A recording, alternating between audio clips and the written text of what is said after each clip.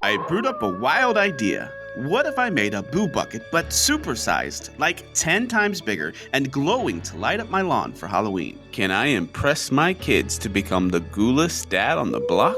To start, we need to figure out the correct dimensions for a giant boo bucket.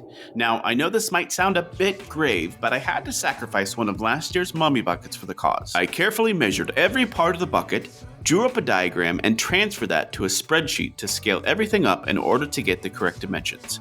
Starting with the base, I unearthed the piece of plywood that had been haunting my garage for years. To cut a perfect 4-foot circle, I used the trusty thumbtack and string method, which actually worked really well.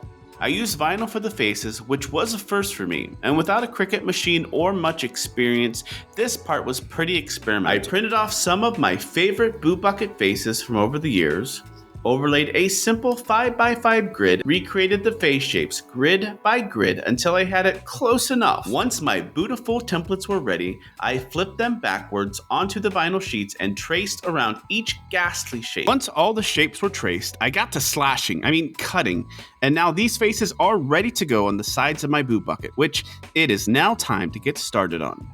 People from the Midwest love Menards. Naturally, we made a quick pilgrimage to pick up 3 4x8 sheets of fluted polypropylene. The main brand here is Coroplast. Once I dragged these Coroplast sheets home, I cut them out to their desired shape. The sheets are flexible, but to make them follow the boo bucket's curves without creating any unwanted creases, I cut down every third ridge on the backside. I used these fence staples to tack the sheets into the plywood base. To give the bucket that iconic shape, I then superglued 2 smaller sections to the top of the main sheet.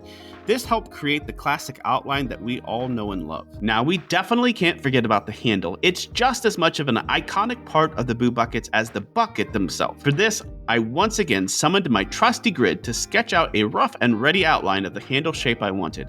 Once I had that mapped out, I carved it into the Coroplast sheet. For installation, I picked up some hangers that are designed specifically for these Coroplast sheets. I snipped off the parts that I didn't need, which let me semi-securely attach the handle to the main bucket. At last, it was time to apply the ghoulish vinyl faces. Picked up a couple of 30-watt LED floodlights. I placed one on the plywood base, and then I stood the second one on an overturned bucket inside. That way the light shined evenly from both the top and the bottom. Now, would I recommend this build to others? Honestly, it's probably not for most people. The price tag and time investment might not justify the frightfully fun end result. As for me, well, first off, my neighbors love it. And you know what's even better? My kids are obsessed with it, so absolutely no regrets for me.